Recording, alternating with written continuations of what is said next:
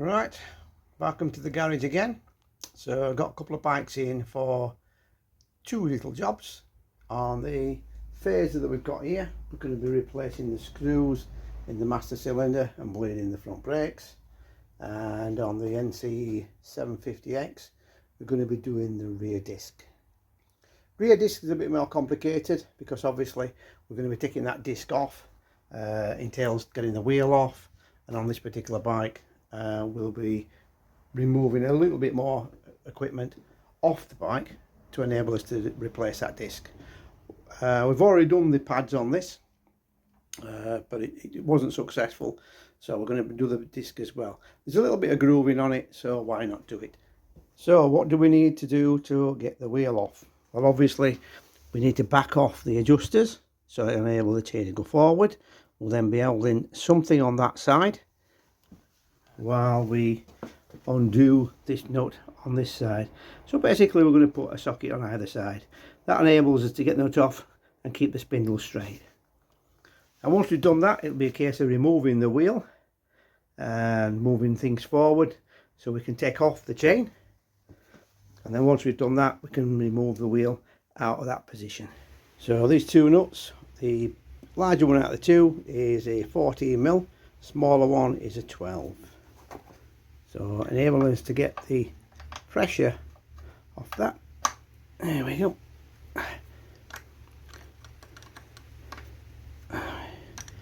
As you can see, as we're doing that, we've now got movement on this plate. So this is you adjusting or unadjusting the chain. Got a ratchet spanner, so we might as well use that. Now, like I've done it on the other side, I've just brought it to the end. So now we've got a spindle that is going to move, and we've got the adjustment there forward. So we've now got a really slack chain. I'm going to use a rubber hammer just to knock through the spindle. And like I said, because I've got the wood in place, it should hold the wheel in that position and not allow it to drop. So it makes the job a little bit easier. So on this side we've put a 22mm with a longish extension, and on this side we've got a 27mm with just a normal racket on. So get this undone.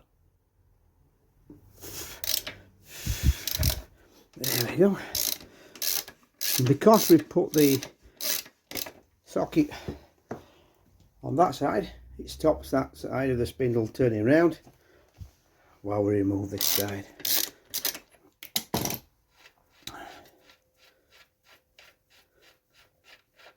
So we've got the nut, we've got a washer, and obviously we've got the markers there for the brake adjusters.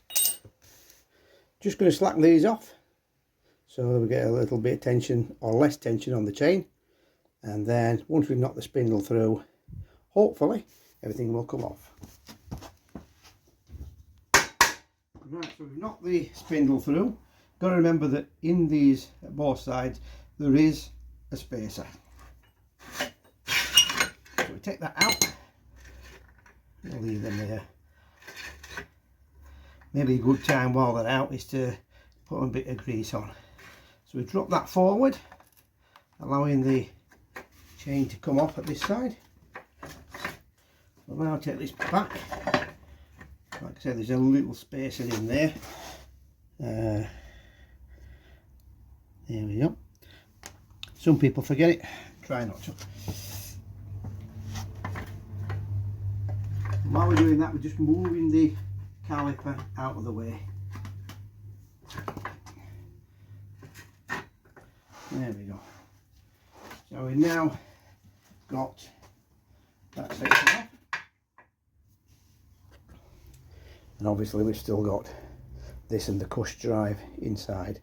Now we're going to be taking this out anyway. It just pulls out what it should do. Let's see if I can do this. There we go. There we go. So we've got this Cush drive internals here. So taking them out just means that if you've got them all out, they're not going to fall out while you're trying to undo the disc from the other side. So So as you can see, we've got the wheel and the disc on the workbench, and we're going to be undoing these. Now there should be, and don't quote me on this, but there should be a 6mm. So we're looking at our set. That's a 6. Yep, that's a good fit. So I've already pre-cleaned these out using a small screwdriver, and that makes it so that these will actually go in. They are quite a tight fit. So, and they are going down approximately 5mm. Yeah, about halfway down the shaft. So we should be able to now put that on there, along with our adapter for our 1/2-inch drive. And then hopefully we'll be able to undo these.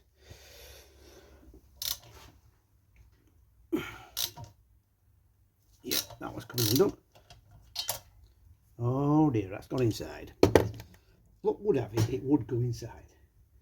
Luckily, it should come out. And again, we do have, I would call that the top hat spacer. That's on this side. So, progress on to our next one.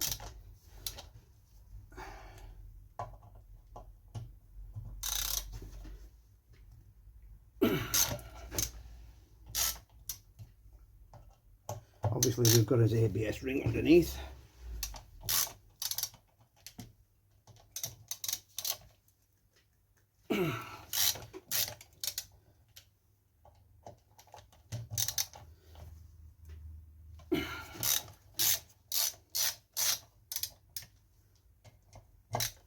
Right, so they're all undone, fairly slack.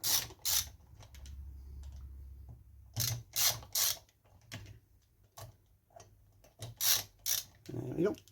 So what I'm going to do is I'm going to make it easy on myself by using slightly larger Allen key extension there, so that make it easier to come off. Now some people will renew these anyway, but it's another expense if you're doing this on a budget.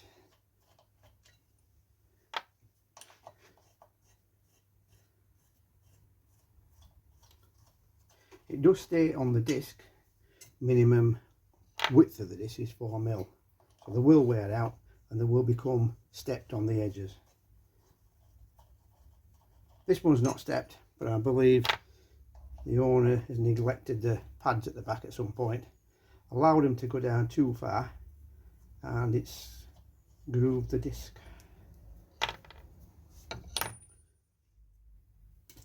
So that comes off, and we can leave the ABS ring on it. So as you can see from that, there's quite a bit of scouring on it. Our newer one is a lot better. In fact, we've got scouring on both sides there. So that's our old one. Like I said, we've left the ABS ring in place. That bolts in between and gets sandwiched between that and the disc. So this is our new disc. So place that in position over there. Going to be reusing our bolts to go back in there. But one thing to remember before you put it back in there is to use some kind of thread lock to lock them in. There's quite a few available. Loctite's one I've used in the past. Just managed to get some of this from our local supplier. So we're now going to be putting the bolts back in, and we're going to use a small amount of thread lock on them bolts, and it is only a small amount.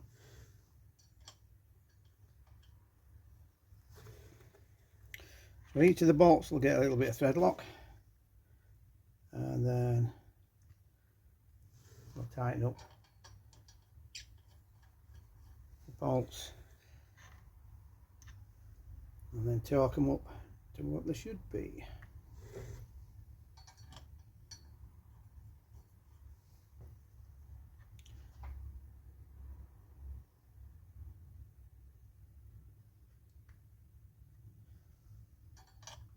So a small amount of thread lock on each bolt.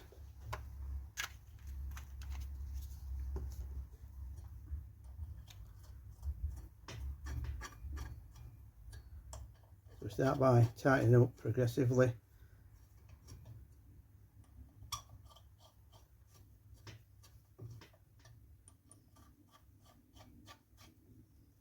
There we go.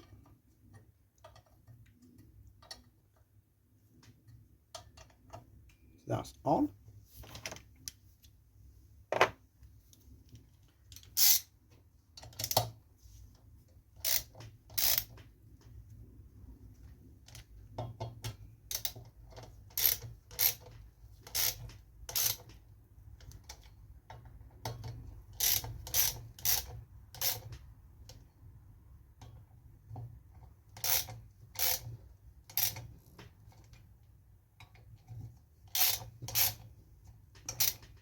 As you can see, I'm only using one hand at the moment just to tighten them up.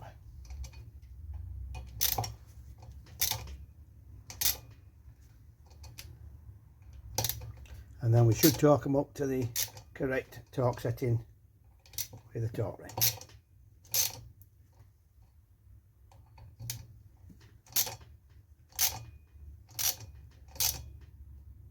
There we go. So we've now got to a point where we'll use the torque wrench to tighten them up, and then we're ready for refitting it on the bike. So the first thing we're going to be assembling is the rear hub. We've got our Cush rubbers. They fit over the spacers.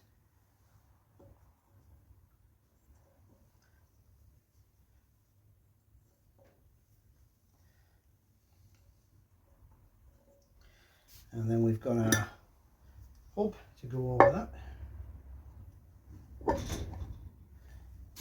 That's in there. Remember, we've got a spacer to put in. So more than likely that will try to drop out as we are putting things back together. So that's our next bit. We've got it up there. We'll take it over to the bike. Now on this side of the bike, I don't know if you can see it clearly or not. Just so you can move it into position. But we do have a pin that sticks out the side of the swinging arm, and we do have a recess here that slots in. So you're slotting that in together, and then hopefully this will stay in position as we come to thread everything back together. So we've got our carrier there. Obviously we've got our spacing on our new pads. We've now got to slot all that together. So we're going to bring this back here. Luckily this bike's come with a main stand. So with the main stand it makes things a lot easier. We've left that piece of wood in at the bottom. As you can see, we can just about get in there. With a piece of wood in the bottom there, everything's lined up to go back on.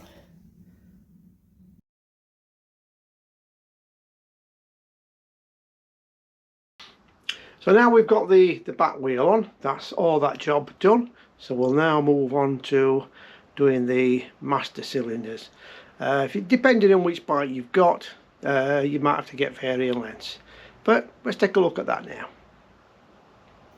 So our next job is taking off the master cylinder to bleed the brakes. I'm going to change the fluid, bleed the brakes. So we've got to get these tops off. Now these tops are held on with these screws. And a lot of times these screws are so tight that it's unbelievable how tight they are to get them out. Now the key to this is to use the right screwdriver. So over here I've got a selection of screwdrivers. They've all got different types of tips. So on that one it's quite blunt on the end, that one is, and that one is. On these, quite pointed on the ends. And what we do find is that the pointed ones don't seat correctly. So if we take that up to there and put that in there, don't know if you can see it properly, but it doesn't go down into the hole correctly. So when we try to undo this, all it'll do is it'll ride up and chew up the end of the screw.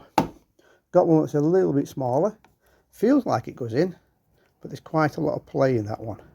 Should be a nice tight fit. Next one, that doesn't go in at all. So you can see on that one, it's not even entering into the correct area. Now what we have to have is we have that one.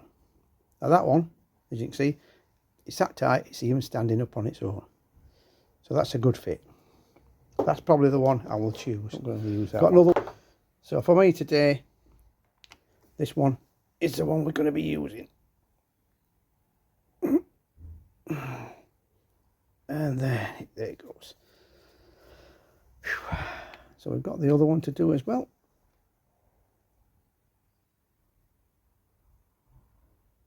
It's a bit tighter, that one. And there we go. Now what we're going to be doing is we're going to be changing the screws for something that doesn't rust, which means it's going to be changed to stainless steel. Stainless steel screws are going to replace those, and we shouldn't have the same problem again. Also, I'm going to put a little small amount of grease or maybe oil on the threads so we can get into here. So that's our cap off. We've then got the other cap to take off, and that's still got the rubber attached, as you can see. Being careful not to spill any brake fluid on the paintwork. So there we have it. So that's off. Next job is going to be bleeding the brakes. So we've now re-bled this brake. We checked that there's sufficient brake fluid to cover the inspection hole there. You can see there's a lower mark on it. And now what we're going to be doing is using the new screws in the lids. Now these screws are approximately 16mm long, because that's what the requirement is on this bike. Stainless steel, so they're not going to rust. And then when we come to tighten these up, there we go. We get to a point where it's just starting to nip in, and that's where I'm going to stop.